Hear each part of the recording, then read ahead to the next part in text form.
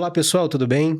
A gente está iniciando aqui a gravação do podcast, o M&A Talks, no episódio 35. A gente tem o prazer primeiro de receber aqui o Felipe, que agora faz parte aqui do podcast, como anunciado no último episódio, né? O Felipe Boa. Argemi, nosso co-host, vai agregar bastante aqui nas nossas conversas, especialmente aí do lado financeiro. E esse é o primeiro podcast que a gente grava em parceria aí, é sempre Boa. uma honra É um estar contigo prazer. aí. Vai E a ser gente... legal esse bate-bola do lado jurídico e do lado financeiro, que é fundamental para o Exato. M&A. Não, como todo mundo que conhece um pouco de M&A sabe, o M&A é uma área super multidisciplinar e ter aqui também no M&A Talks essa possibilidade é super legal. Boa. E a gente tem a honra aqui de estar recebendo o Marcelo Blay, que topou aqui conversar um pouco Prazer. com a gente. A gente fica super feliz de receber aqui o Marcelo. O Marcelo é um executivo que construiu sua carreira aí na área de seguros, participou de processos de M&A, e isso vai ser super interessante aqui de explorar um pouco essa visão do empreendedor com o Marcelo, que passou por um processo, né?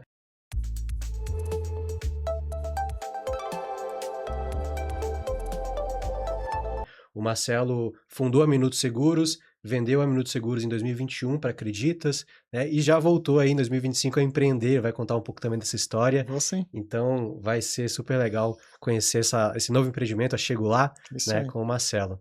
Pô, o Marcelo é um empreendedor de sucesso, ele teve o privilégio, né, de fundar uma empresa, passar por rodadas de captação de recursos e vender uma empresa. Então, nessa jornada de M&A, ele gabaritou aí, ele fez todos os movimentos, tem uma baita de uma experiência, vai dar uma aula aqui pra gente. Pra gente começar aqui, Marcelo, conta primeiro um pouquinho da sua carreira Tá bom. profissional, até onde você chegou no momento de empreender. Legal, muito obrigado pelo convite, é um prazer, uma honra estar com vocês, estou super feliz de estar aqui, já elogiei bastante em off o nome, o logotipo, sensacional. Bom, falando um pouco de mim, sou engenheiro mecânico, comecei a trabalhar como engenheiro mecânico mesmo, fazendo algumas coisas na parte de automobilística, depois fui trabalhar em estruturação de operações de restaurantes, montando uma fábrica de alimentos, foi bem interessante a parte logística, quando eu fui convidado para entrar na Porto Seguro, uma empresa que foi fundada pelo meu avô, e aí eu fui convidado ali no meio do momento meio difícil entre os sócios, e eu resolvi que talvez eu devesse entrar para dar uma continuidade naquilo lá que já existia há tanto tempo, e fiquei 10 anos na Porto, foi uma parte muito importante da minha formação, da minha carreira, foi um trabalho sensacional, passei por praticamente todas as áreas que vocês podem imaginar de uma seguradora, mas depois de 10 anos eu percebi que a minha carreira ia começar a sofrer em função de brigas societárias, que eu não tinha nada a ver com aquilo, e eu percebi que independia da minha qualidade profissional conseguir crescer, então não fazia mais muito sentido. Todo mundo diz que eu fui muito corajoso de sair ali do ninho da família, Foi. e fui para o Itaú. Participei de um processo ali, mandei currículo para um headhunter. 3 semanas depois que eu tinha saído da Porto, eu virei diretor do Itaú. E fui responsável pela área de operações de varejo, de venda de varejo. Foi sensacional, tenho palavras para dizer o que é o Itaú, né? Uma organização extraordinária. Aprendi horrores, tive muitas oportunidades, sou muito grato a tudo que eu passei lá. E fiquei 7 anos. Quando eu percebi que o Itaú ia mudar um pouco o seu foco na área de seguros, de deixar de ser o fabricante do produto de seguros e atuar mais na ponta da distribuição. Aí perdeu um pouco sentido a minha visão como executivo, né, de um cara que tocava as operações, eu ia ficar meio cerceado, eu senti que talvez não teria muito mais o que contribuir. E naquele momento, até voltando atrás para resolver uma questão societária da Porto Seguro, os sócios resolveram fazer o IPO da empresa. Parênteses, Marcelo, um ponto interessante. Você viu a solução para esse conflito societário ali, né, da família, foi justamente uma saída num IPO, que é uma venda de participação da empresa para o mercado, né? Exato. Então, é sempre a preocupação, né, a relação dos sócios, né, Iago? Exatamente. Obviamente que não deu liquidez total aos sócios, porque ninguém vai ao mercado só para dar dinheiro para quem está querendo vender as suas ações, as pessoas, membros da família, mas foi feita uma secundária razoável. Aí minha mãe, que estava vendendo as ações, ficou com uma liquidez e pediu para eu ajudar. Eu já estava saindo do Itaú e eu montei um family office para fazer gestão de recursos que eu nunca tinha feito na vida. Fui fazer lá o Wealth Management e fui aprender todos os instrumentos, todos os produtos. Sempre fui uma pessoa da área de risco, mas nunca tinha atuado na ponta, efetivamente, de estar tomando risco e estar aprendendo a gerenciar isso. Fiquei 4 anos, quando chegou um ponto que eu falei, bom, já está estruturada essa empresa. Era uma startup, eu nem me dei conta que aquilo era uma A gente startup. não nomeava assim, né, Não antigamente, nomeava, eu levei não existia. décadas para... Pô, eu montei uma startup, tá fazendo 20 anos que eu montei. Tá Existe até hoje, né? tá super Uma bem performance estruturada, super boa. profissionalizada. Eu falei, acho que tá na hora de eu empreender. Tava com 44 anos, tenho mais 3 irmãos, uma irmã e 2 irmãos, todos empreendedores, sucesso, cada um em suas devidas áreas. E eu resgatei o meu avô, que quando fundou, na verdade ele comprou a Porto Seguro em 1972, ele tinha 56 anos. Eu estava com 44. Então eu falei, pô, quem sabe está na hora de eu também testar a minha veia empreendedora. Então foi esse o movimento, assim, de carreira. Bacana, bacana. Eu tive a oportunidade de participar, depois você fundou ali a Minutos Seguros, né, da primeira captação que você realizou, né? Queria que você contasse um pouquinho, até roubei aqui a pergunta do Iago, como é que foi a ideia de você estruturar a Minuto, da onde surgiu essa ideia, da onde surgiu essa visão e por que que você, pós uma carreira executiva, né, fez um patrimônio ali, por que que você pensou em trazer um sócio? Por que que você pensou em trazer um fundo naquele momento que nem existia Venture Capital no Brasil praticamente, né, 2011? Só um complemento, Marcelo. Conta pra gente também o que foi a Minuto, né? O que é a Minuto, é uma empresa que permanece, pra gente conhecer um pouco também do que fazia, né? Eu vou falar umas verdades aqui, para falar a verdade, né? Pode... Bom, eu estava lá saindo do Family Office pensando o que fazer da vida, surgiram algumas oportunidades, coisa de biotecnologia, aqui e ali, mas nada daquilo eu me via fazendo porque eu não era um especialista. Então eu imaginava, sendo uma pessoa da área de risco, seja de seguros ou mercado financeiro, eu tinha que minimizar risco, vou fazer algo que eu não tenho a menor ideia. E surgiu a oportunidade de montar uma seguradora de saúde do zero. Então a gente ficou 1 ano num projeto e demos com os burros na água. Então essa história, montou a Minuto, foi um sucesso, não tem um monte de fracasso. Eu posso ficar 3 programas aqui só falando das burradas que eu fiz, e não foram poucas. Chama Multicare, não deu certo. Adquirindo experiência, na verdade, né? Mas aí um belo dia, sem muito saber o que fazer, já que aquela Multicare de seguro-saúde deu errado, eu fui almoçar com o Fernando, meu irmão. Ele falou, pô, Marcelo, você conhece todo mundo no mercado de seguros, eu tenho uma corretora de seguros, você não pode me indicar alguém que queira comprar? Sem brincadeira, no meio do almoço eu falei, eu compro a tua corretora. Como assim? Você vai resolver o meu problema? Né? Você vai resolver o meu problema que eu queria vender para capitalizar meu negócio de tecnologia? Eu falei, não, você vai resolver o meu, que eu não sei o que fazer. Difícil foi voltar para casa e contar para minha esposa que eu fui almoçar e voltei com uma empresa. Mas naquele momento eu pensei, puxa vida, tem 100 mil corretores no Brasil e 2010, finzinho de 2010, não tem ninguém na internet fazendo uma venda. Ou eu tenho uma oportunidade de ouro, ou eu vou me dar mal aqui, né? No fim, eu foquei tudo em montar uma corretora digital, mas com o apoio humano. Assim, desde o começo eu não dissociei. Eu imaginava que a gente podia ter toda a plataforma na internet, podia fazer captação de lead, podia adiantar uma parte do processo operacional, mas no fim do dia ser um fechamento de venda telefônica. Quando eu lancei a Minuto, apareceram 15 concorrentes idênticos. Só nós sobrevivemos depois de 4, 5 anos. Chegamos a virar a maior corretora de seguro de automóvel do Brasil, online e offline, focando nesse binômio, né, o humano e o digital. Mas aí eu estava lá comecei a montar em dezembro de 2010, setembro de 2011 me batem na porta alguns fundos querendo me dar dinheiro. A notícia vazou, que eu estava montando, eu também não tinha nenhum motivo para esconder nada, e começaram a bater na porta, meu Deus do céu, estou montando uma empresa, contratando gente, bolando sistema, desenvolvendo marca, o que eu faço com isso? Aí bati na porta do Itaú, você estava lá naquela época, exatamente, e fui conversar com vocês, e agora, o que eu faço? Aí foi sensacional, foi um processo, assim, um aprendizado, além de um prazer da gente ter trabalhado junto, houve uma química muito boa, né? Verdade. Desde o começo, vocês falaram, cara, você não tem nada, você tem um business plan. Pelo amor de Deus, estrutura essa empresa, roda uns 3 meses, gera um track record para a gente poder te ajudar a ir ao mercado num momento diferente, que se nós formos te ajudar agora a ir ao mercado só com business plan, você vai ganhar a empresa não vale nada porque ela é uma ideia, né? Mas tinha muita demanda, né? O mundo estava muito líquido, muito capital. Então eu segui a orientação dos meus amigos, do Felipe, do Rodolfo, e quando foi em março... Foi por aí, de 2011, Você terminou em dezembro, né, de construir todo dezembro o de sistema. 2011. Lançou no começo de 2012. E quando foi março, eles Exato. me ajudaram muito. Foi sensacional, assim. Eu não sabia absolutamente nada. Sim. Eu não tinha planejado fazer isso. Eu tinha um business plan de 20 anos, que eu tinha feito com a ajuda da McKinsey. Tinha muitos amigos na McKinsey, então ajudei eles muito no Itaú, eles me ajudaram no Itaú e depois a gente continuou se ajudando ali. Mas não tinha assim uma captação, era um crescimento mais devagar, mais orgânico.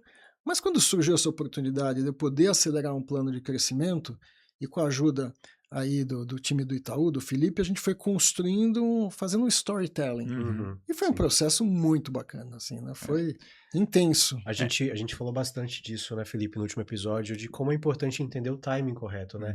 E também essa possibilidade do assessor falar, olha, espera um pouco mais, porque, enfim, deve acontecer com o Felipe também, no escritório também acontece, o empreendedor chega já com esse plano sem ter muita direcionamento de negócio, né?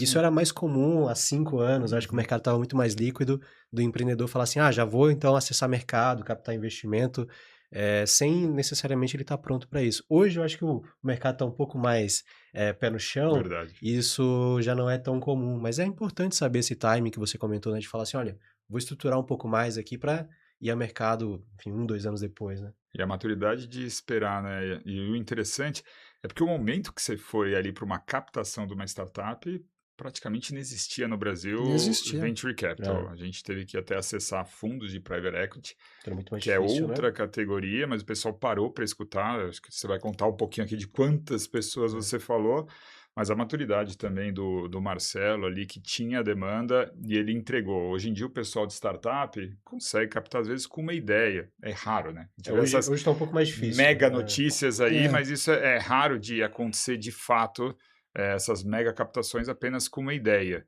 E naquele momento que o mercado ainda não existia no Brasil de Venture Capital, a gente sugeriu, né? Primeiro, prova a sua tese, porque ele era muito firme na tese, e aí sim a gente vai para uma captação. E foi isso, ele provou a tese, impressionantemente, em 3 meses estava vendendo bem já. Legal.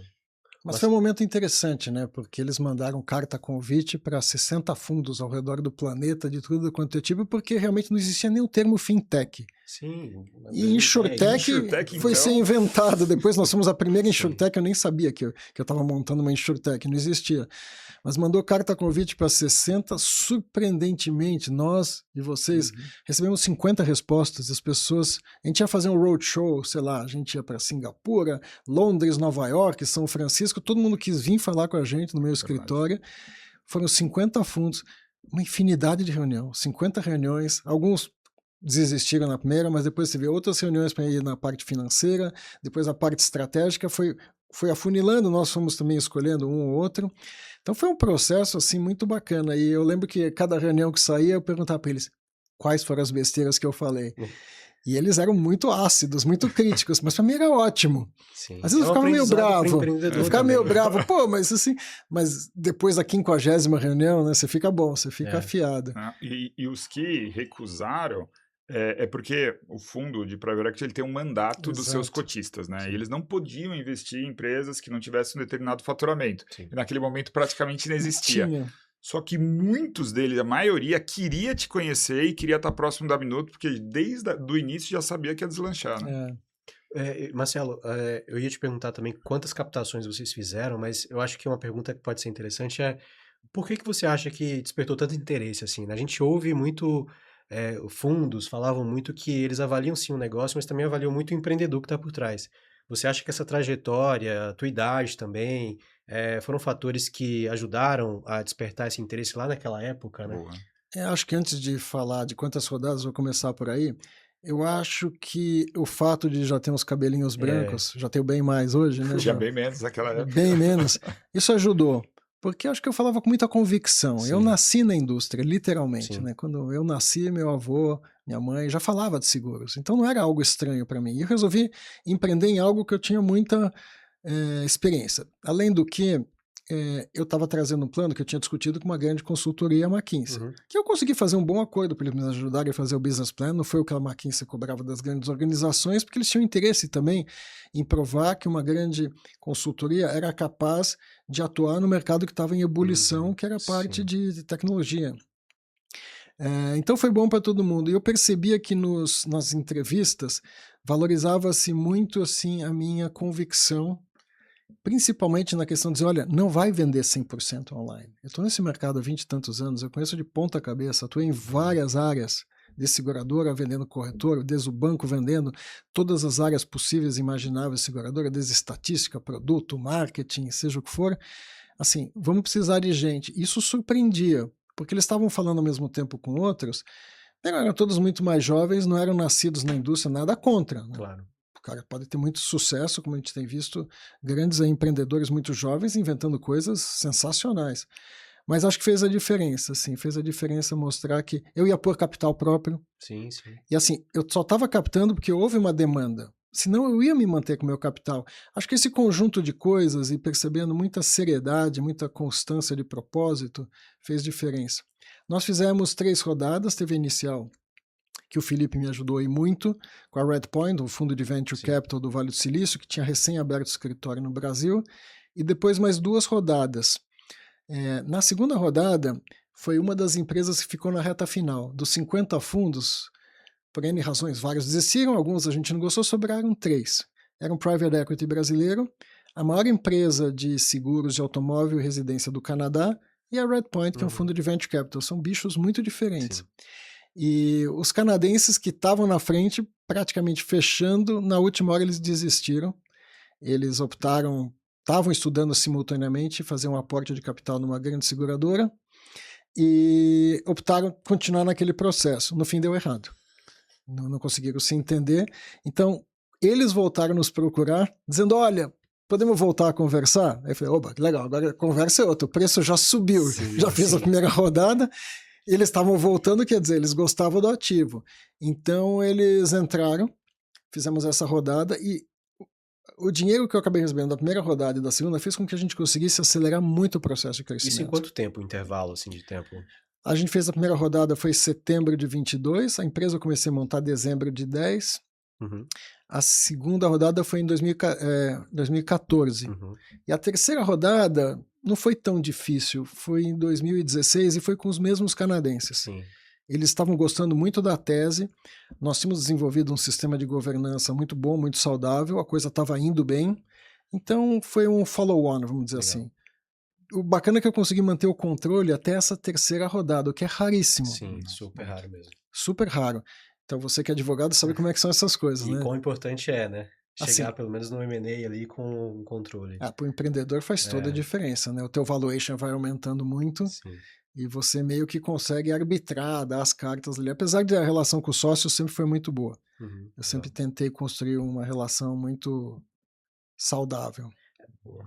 Marcelo, naquele momento ali, eu lembro que você chegou a receber uma proposta muito superior da proposta que você teve e você optou pelo seu investidor, que foi a Redpoint. O que você considera que é importante para o empreendedor estar buscando investimento? O que ele tem que considerar? O que é mais importante na sua visão?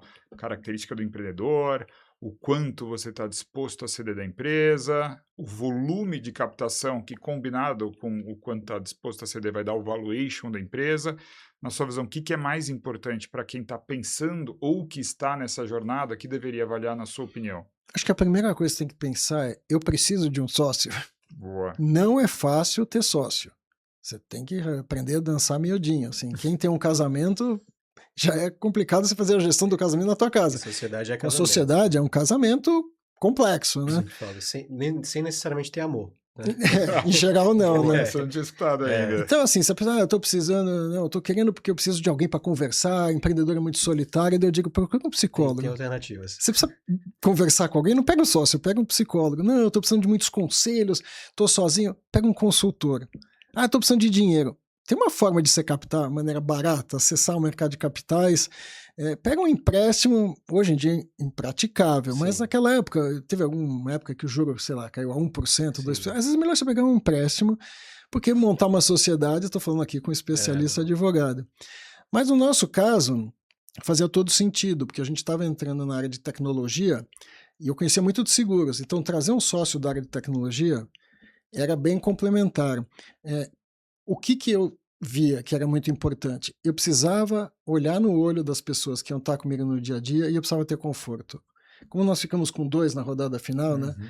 A Redpoint ia colocar um valor e o outro fundo ia botar 3 vezes mais. Então é uma decisão muito difícil. Eu podia captar um caminhão de E dinheiro. com valuation percebido maior, né? Não é que é botar 3 vezes mais e comer mais participação, é botar 3 vezes mais, Sim, a mais uma empresa cresceu, participação. né? Mas aí eu pensei, eu não preciso desse dinheiro todo.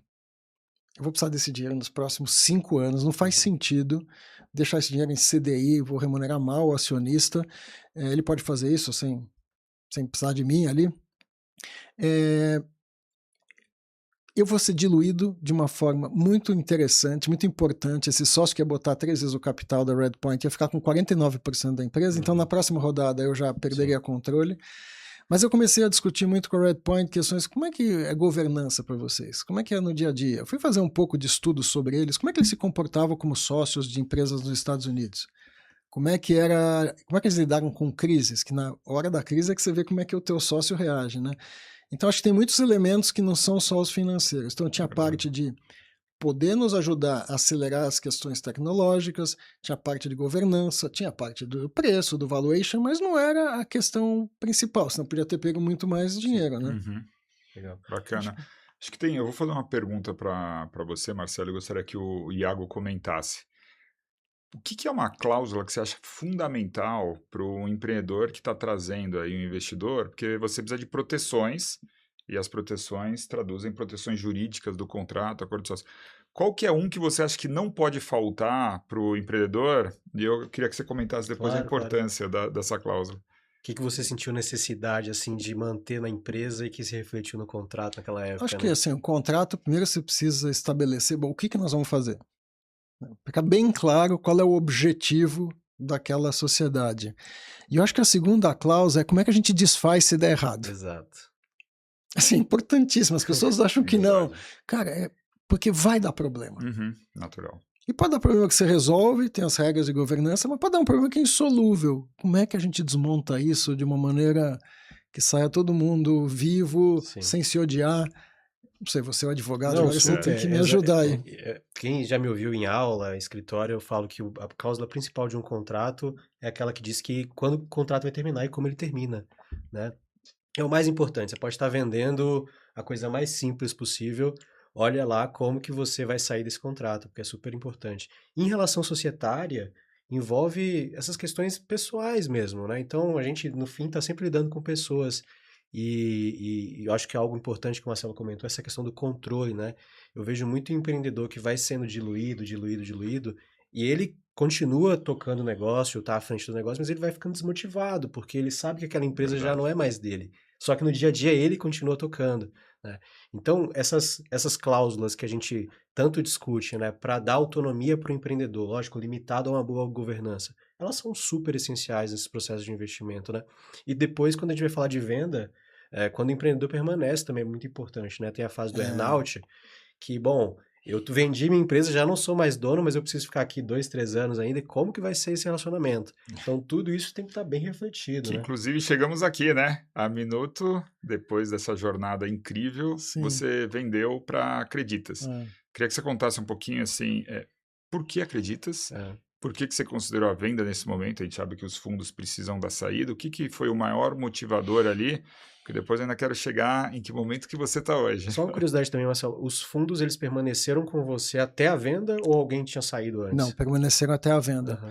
Assim, quando eu trouxe o fundo de Venture Capital, eu imaginava que eles podiam aportar muita coisa na área de tecnologia, e quando os canadenses vieram, eles já tinham uma operação gigante estabelecida lá no Canadá, gigante, são os maiores lá do Canadá, e eles tinham operações também de venda online, eles tinham uma corretora que fazia isso, então tinha bastante coisa para aprender, e traria uma visão de especialistas da indústria, né?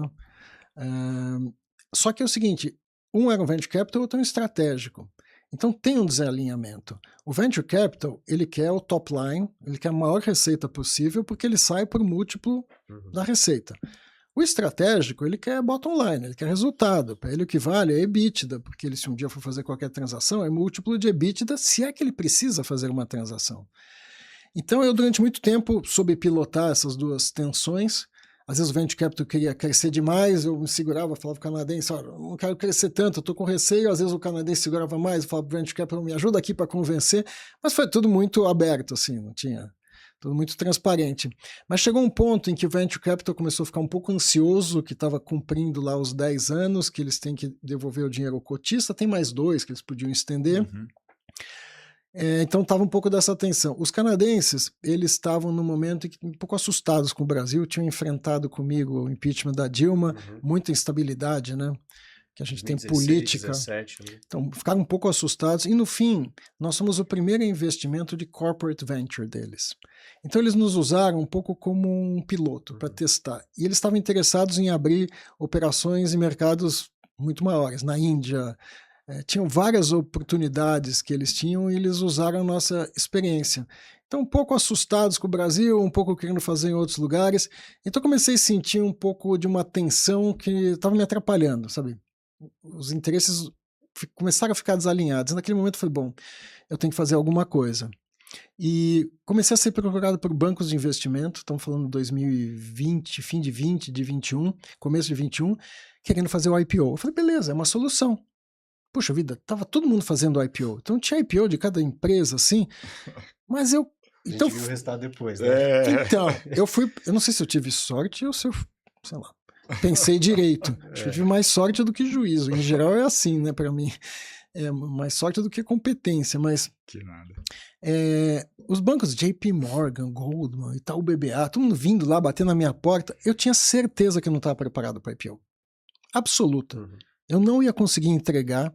Eles falavam que não, vamos botar no material que você vai crescer a 2, 3 dígitos. Eu não vou crescer. Não, mas você vai ter um monte de dinheiro. Eu não consigo.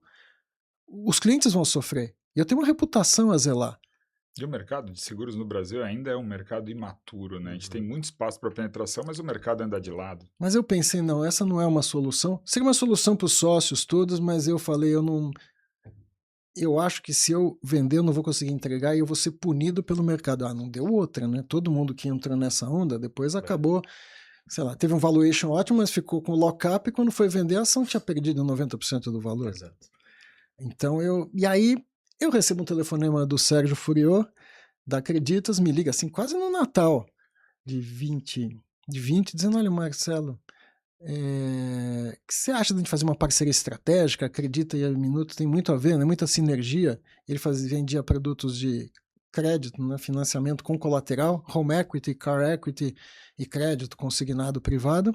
E seguros casa perfeitamente. O que você acha? Tal? Eu falei, Sérgio, você não pensou em M&A? Eu falei, eu estava pensando, só não queria te ofender. A gente é o mesmo investidor, que é Redpoint. A gente se conhecia já há 10, 12 anos. Então, ele era um empreendedor muito bom, de sucesso, e a gente se conhecia. Tá? Então, você sempre fica meio preocupado se não vou ofender o cara, né? Mas foi muito legal, porque daí eu consegui efetivamente dar a saída para os sócios. Ou eles fizeram trocas de ações, cada um teve lá a sua maneira de encarar o negócio. E foi bom que eu consegui realmente endereçar todos os problemas. Legal. Com um comprador que você já conhecia, Já né? conhecia. Isso é também interessante, né? Porque, enfim, eu ia até te perguntar isso, quanto tempo durou esse processo de negociação e também quais foram, assim, os teus desafios, né? De conciliar o processo, de participar, mas também quão importante foi isso, né? De conhecer já, é uma empresa conhecida, você conhecia o empreendedor, e eu acho que isso conta muito também nesse processo de venda da empresa. Né? No fim do dia, tudo são pessoas, né? Teus sócios são pessoas, teus clientes são pessoas, teus funcionários são pessoas, e assim. Então, conhecer previamente, já conhecer toda a trajetória, já ter convivido em várias... Nós, por exemplo, fundar palestra juntos no Peru, numa universidade, tá? Então, assim, eu já tinha um convívio, admirava muito a trajetória, acredito que tinha ficado muito maior que a Minuto, gigantesca, tinha muita admiração pelo que tinha conduzido. Então, isso facilitou o processo. Agora, desafio. Foi numa pandemia. Nós conseguimos concluir o processo em 6 meses. Eram 5 escritórios de advocacia, 2 empresas de auditoria, contadores. Tinha um time de 80 pessoas trabalhando na transação. A gente conseguiu concluir uns 6 meses sem se ver. Tudo por vídeo. Não teve nem aperto de mão, shake hands. Conseguimos num prazo, assim, agora... um prazo... Para um M&A, é um prazo relativamente curto. Muito curto. 6 meses, o pessoal às vezes não tem noção. O M&A, em média, ele dura de 6 a 12 meses. Fazer em 6 meses é um M&A muito rápido, né? De toda a estruturação. É que a gente tinha tudo muito redondinho. Eu sou muito certinho, eu sou exageradamente by the book, certinho. Então não tinha, assim, a do diligence foi fácil, não achou nada, não tinha nenhuma caveira escondida no armário. Sim, Né? sim. Essa preparação é super importante, Super. né? E ajuda a acelerar o processo e, por vezes, acelerar o processo é importante também, porque o mercado pode mudar muito rápido. Então, vocês estavam vivendo uma pandemia, a gente não tinha muita noção do que ia acontecer, né, nos próximos 6 meses. Eventualmente, se estourasse alguma coisa, né, que afetasse o mercado de vocês, poderia resultar no não acontecimento da venda. Então, a gente também está vivendo um momento delicado agora, né? Isso é um reflexo aí de como é importante estar preparado para esse Sim. processo. E quanto mais organizado você estiver, menos tempo vai Sem levar. dúvida. E você não fica exposto a mudanças macroeconômicas, né? Então, Ou, sei lá, você descobre uma coisa que você não tinha visto no meio de uma negociação, o teu valor cai. Fala, exato. peraí, como assim? Agora você me aparece com isso e você mesmo não sabe. Mas acho que uma coisa que acelerou o nosso muito processo é que eu tive várias conversas, só eu e o Sérgio. E a gente tinha os pilares básicos bem alinhados. Boa. De valores. Sabe, nós estabelecemos, olha, como é que você vê isso? Como é que você vê aquilo? A partir do momento que a gente conseguiu se alinhar, o resto era detalhamento das cláusulas. Lógico, daí os advogados ficam pegando um no pé do outro, aí né? a gente que começa a ver risco, né? Exato. Não vocês. E a gente olhando, não, tira esse risco, aqui não tem risco, mas tinha já uma vontade de fazer que desse certo. Isso é muito bom. Boa. O que eu acho, muitas vezes o pessoal pergunta, o que ajuda num processo de M&A? Acho que tem N fatores, a empresa ser boa, no mercado bom, bons resultados, um bom histórico, mas para o M&A acontecer, é o que você falou, é organização. E como o Iago falou, timing é fundamental. Você ficar com um projeto de M&A aberto muito tempo, você fica exposto a riscos externos. Exato. E aí pode... Já passei por algumas histórias aí não muito felizes. Imagino. Mas vamos lá, Marcelo, você contou pra gente, você teve 2 startups, né? Primeiro Rosas Office, o Family Office da família, que você começou do zero. Você teve a Minuto, que existe até hoje, tem um baita track record. Você fundou a Minuto, fez as captações, vendeu a Minuto e agora chegou a hora de descansar. É isso, Marcelo? Eu estava afim de dar uma descansada mesmo, mas uma das coisas que eu negociei, né, quando da venda da Minuto, são aquelas cláusulas, né, quem sou eu para falar aqui para o meu advogado, lock-up e non-compete, né? Você tem que negociar. Então, tinha negociado ali uma coisa... Só para o pessoal entender, Marcelo, o que significou isso para você, né? Lock-up, no compete. Traduz primeiro para a gente. O que é o lock-up? Você é o especialista. Então, quando a gente está participando de negociação, o Marcelo, como vendedor, o comprador, ele pode ter o receio assim, bom, o Marcelo é um cara super experiente, conhece esse mercado a rodo, eu vou comprar a empresa dele aqui, amanhã ele vai concorrer comigo. Com o bolso cheio de dinheiro, né? Porque ele recebe... além do conhecimento que ele tem, experiência de anos, né? Ele tá com dinheiro agora, e aí? Então, o low-cap ali te obriga, né, com o teu consenso claro, a ficar na empresa por um determinado período, e é super importante que esse período esteja bem claro, né? Para colaborar, né, com a evolução fazer da a transição. experiência. Exato. E o não compete é exatamente a possibilidade, ou a impossibilidade do Marcelo por um determinado período de atuar no mesmo segmento, né? Que também tem que estar muito especificado, né? Bom, qual território, qual área, por quanto tempo, né? Isso é onde dá o problema. Porque às vezes o comprador também é muito criativo e quer expandir muito, não compete. E aqui vale mais o bom senso, né? Qual que é o mercado que a empresa atua de fato, porque ele está comprando esta empresa que atua neste mercado. Então, via de regra, a gente tenta restringir ao perímetro exato da transação a não competição, né? Eu quando tomei a decisão de fazer a venda, né, tinha algumas preocupações. Uma preocupação era, bom, e os meus funcionários? Boa. Como é que vão ficar na venda? Eu queria garantir que eles continuassem empregados, que o Minuto sobrevivesse, que seguro continuasse a ser uma coisa importante dentro da Acreditas, mas eu entendia. Como é que vão ficar os clientes? Porque a gente tinha uma super reputação. A gente ganhava todos os prêmios de Reclame Aqui. Era uma loucura, que a gente recebia de elogio. Eu nunca imaginei uma corretora de seguros receber esse elogio, mas a gente tinha muito. Eu tinha essas preocupações. Antes da preocupação, bom, eu vou ter que vender, então tem a questão do preço, mas eu vou ficar preso por quanto tempo? Sim. O que eu vou ser autorizado a fazer? O que eu não vou poder fazer? Que depois de ser empreendedor durante tanto tempo, você perde graus de liberdade. Mas ok, quais são esses graus de liberdade? Bom, e quanto tempo eu vou ficar preso e depois quanto tempo eu não vou poder atuar? O lock-up e eu não compete. A gente conseguiu negociar super bem. até eu conseguir sair antes, a gente renegociou meu lock-up e a gente reduziu um pouco meu non-compete, porque eu tinha entregue tudo que eu tinha me proposto, era para ficar 4 anos, consegui ficar 2, e non-compete foi de 1 ano e meio.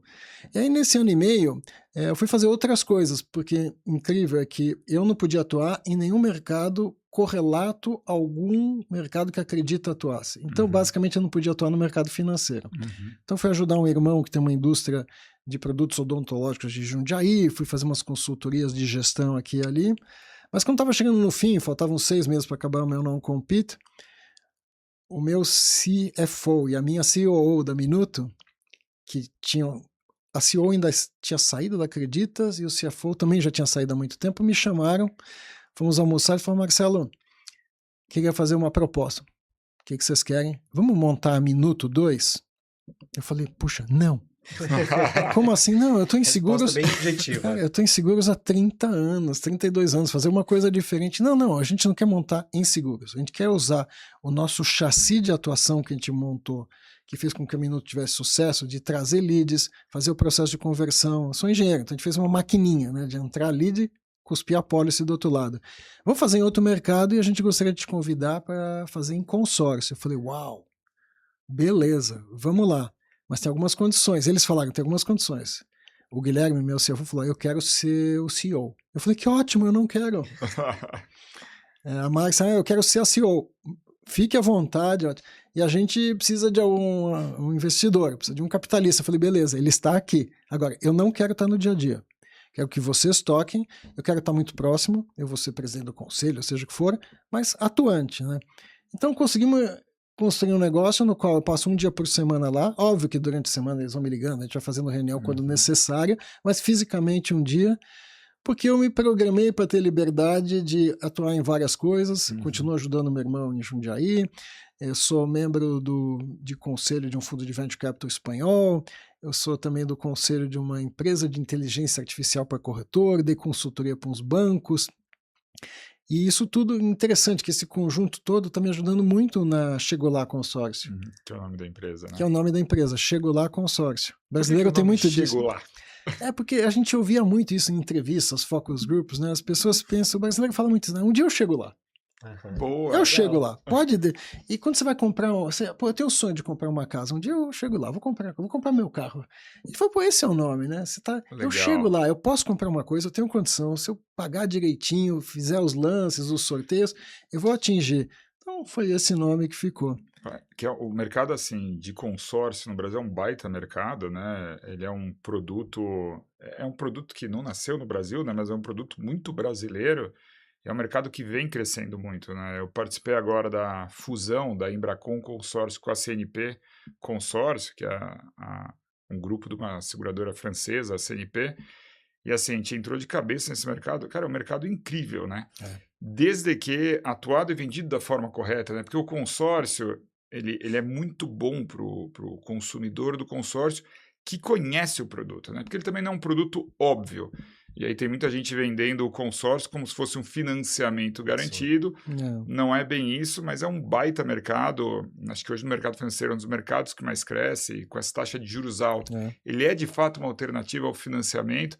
Queria que você contasse um pouquinho mais como você enxerga esse mercado e como que você está enxergando a Chego Lá nesse mercado e o que você está olhando para o futuro da Chego Lá. Assim, nós temos mais de 100 mil pessoas distribuindo consórcio no Brasil. Parecia muito do começo da Minuto, que tinha 100 mil corretores. Talvez seja mais que 100 mil. Posso estar errado aqui, mas o número é gigantesco. O que a gente tem de diferente? O produto que eu vendo é um produto que está na prateleira. Eu vendo o produto da Porto, do Safra, do Bradesco, da Mafre. Eu sou o corretor, né? Eu não sou uma administradora de consórcio. Então, a primeira vantagem que eu tenho é que quando o cliente vem a mim, eu mostro um leque de alternativas. Por exemplo, quando você vai lá no banco X, ele vai oferecer o produto do banco X, o gerente tem a meta, ele quer vender aquele produto e que vem o próximo.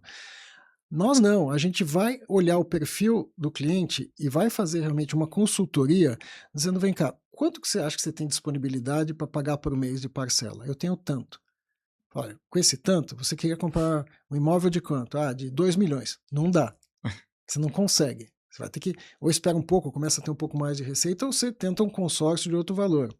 Outra coisa, em quanto tempo você quer ser contemplado? De 6 meses a 1 ano. Tá. Então, você pode dar sorte de ser sorteado ou você vai ter que dar um lance.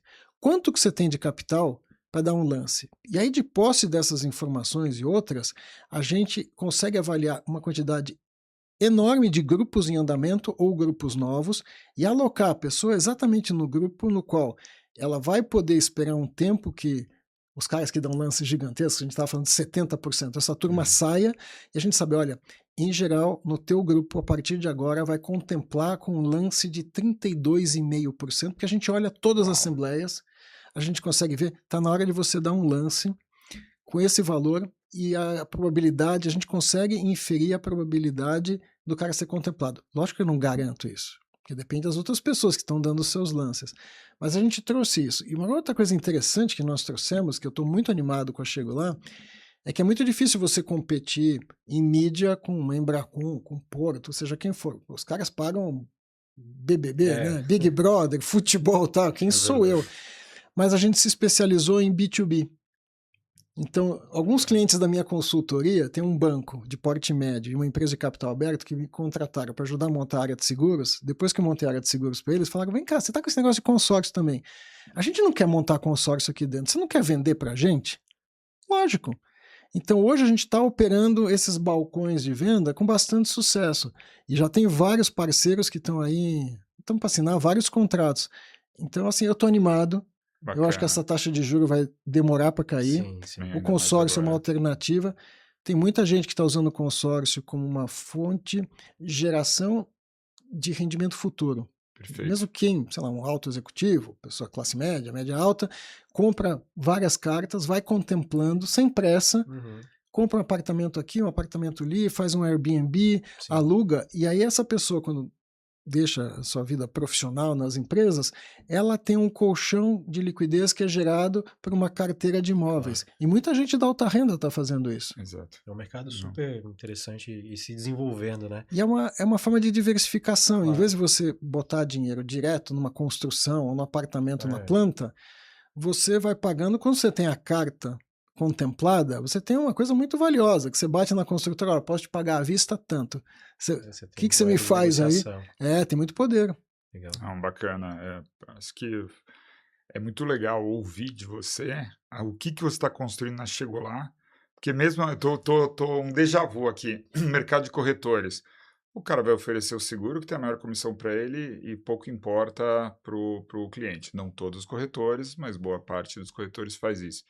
A gente tem visto nos consórcios o pessoal também vendendo o produto de forma inadequada, empurrando para o cliente, ele que se vire, porque o distribuidor está de olho na comissão. Pô, você dá esta consultoria, acho que é algo muito raro. Eu, particularmente, ainda não tinha ouvido esse tipo de abordagem. Eu vou te falar, eu estou aqui por longo prazo. Quando eu montei a Minuto, era uma coisa de longo prazo, tanto é que a venda para Acreditas foi pensando que é uma empresa que ia ter perpetuidade, que eu confiava muito no sócio. Eu chego lá, a mesma coisa. Assim, realmente... Assim, eu sempre pensei, pensa no cliente primeiro. Atende bem ao cliente. Você tem que abrir mão da tua comissionamento? Abre mão.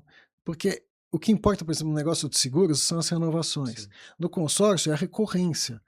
É o boca a boca. A minha melhor forma de atrair clientes é o boca a boca. Que é o cliente mais barato. Passa credibilidade. Você não tem custo de aquisição. Seu CAC é muito mais barato. Muito legal, Marcelo. E a fórmula do sucesso assim, para o empreendedor, né? A gente queria... e finalizando, né, te questionando assim, o que você teve de aprendizado nessa trajetória empreendedora que poderia ser interessante para quem está nos ouvindo também ter um insight, né? A gente sabe que não tem uma fórmula pronta, mas também nesse processo de venda, de iniciar um novo empreendimento e como que você espera ver a Chego Lá aí nos próximos anos, né? Tem esse planejamento de uma captação, de venda, tá muito cedo, enfim, você...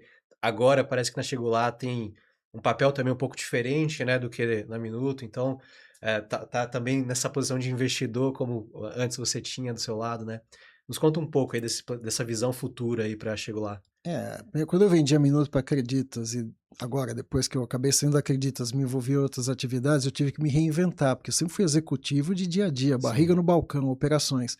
Você ir para outra posição, que é uma posição muito mais de aconselhamento, eu tive que realmente me adaptar. Então essa não foi uma das coisas mais fáceis possíveis, mas em termos de aconselhamento que eu posso dar, depois a gente pode falar um pouco da Chego Lá, se eu não esquecer todas as perguntas, mas assim, não adianta só ter uma boa ideia. Assim, você precisa entender para quem eu vou vender. Uhum. Assim, não tem coisa mais importante em nenhum negócio do planeta que é como é que eu trago o cliente. O meu produto tem adequação? Onde eu vou buscar cliente? Não, as pessoas vão gostar porque eu fiz uma coisa inovadora. Não é verdade isso. Então, eu sempre fui um executivo sou engenheiro, executivo de áreas técnicas, principalmente no Itaú, Porto, não cuidava da área comercial. Quando eu montei a Minuto, era um balcão de vendas que eu montei. Cara, não tem coisa mais difícil do que vender. A coisa mais difícil em qualquer negócio é vender e manter cliente satisfeito. Então, acho que quem está montando, cara, você tem que entender o teu processo de venda. Outra coisa, as coisas levam tempo, as coisas vão ser difíceis e você vai ter dificuldade, 100% de certeza. Então, eu tenho uma regra que eu aprendi com um velho professor meu, a regra dos 3 P's. Você precisa fazer um bom planejamento, sei lá, peguei a McKinsey para me ajudar. Não precisa pegar a McKinsey, hoje em dia com Claude, essas coisas ajuda bastante, bem mais barato. Precisa ter um puta de um bom planejamento. Depois você tem que ter muita persistência, porque vai aparecer problema o tempo todo. E a maior parte das coisas você sequer imaginou que podia acontecer de problema, são as unintended consequências, né? Consequências que você não podia imaginar. E precisa ter muita paciência, porque as coisas levam tempo. Para você conseguir maturar um negócio, para conseguir ter uma base de clientes sólida, para quem sabe um dia você convencer alguém a te dar algum dinheiro, leva tempo. Então, essas gerações mais novas, né, que quer tudo uma resposta do celular instantânea, precisa aprender a viver com frustração. Perfeito. Você, como empreendedor, você tem que ter uma tolerância à frustração diária, porque as coisas dão muito mais errado do que dão certo. Sim. Eu estava conversando... Uma vez eu estava conversando com um empreendedor e ele estava conversando justamente disso. Putz, tem momentos que a empresa está bem, tem momentos que é muito difícil lá dentro, é muito frustrante. Então eu falei para ele, pô, olha a curva do S&P, a curva do Ibovespa de longo prazo. Ela sobe. Quando você dá o zoom, cara, tem quedas ali. Exatamente. Que destrói o mercado, volta. E ali é um reflexo de um monte de empresa. Então achei bacana você falar isso. Toda empresa vai ter momento difícil. Mas se você tem a visão de longo prazo também, sabe onde a empresa pode chegar, isso motiva para você não desistir. Porque tem muito empreendedor que fica olhando ali o mês, o ano, e não olha o que a empresa pode ser daqui 3, 4, 5 anos. E você ter essa visão, acho que é um dos grandes motivadores. Mas, além disso tudo, concordo plenamente com você, o empreendedor precisa focar na execução. Não tem coisa mais complicada do que você estar ali, né? Assim, é o tempo todo olhando a execução. Você pode ter captado dinheiro, você pode estar com o caixa cheio, você pode ter clientes, etc. Mas se você não cuida do dia a dia, das centenas de pequenos problemas que surgem, que assim, as empresas não é que ela comecem mal por um grande problema. Cara, é uma conjunção de pequenas coisinhas aqui, outra ali. Quando você vê, você está com um monstrengo. Então, muito foco na execução. Agora, isso é chato. Mas acho que são as coisas chatas que ninguém quer fazer, que você, ao fazer, você tem um diferencial.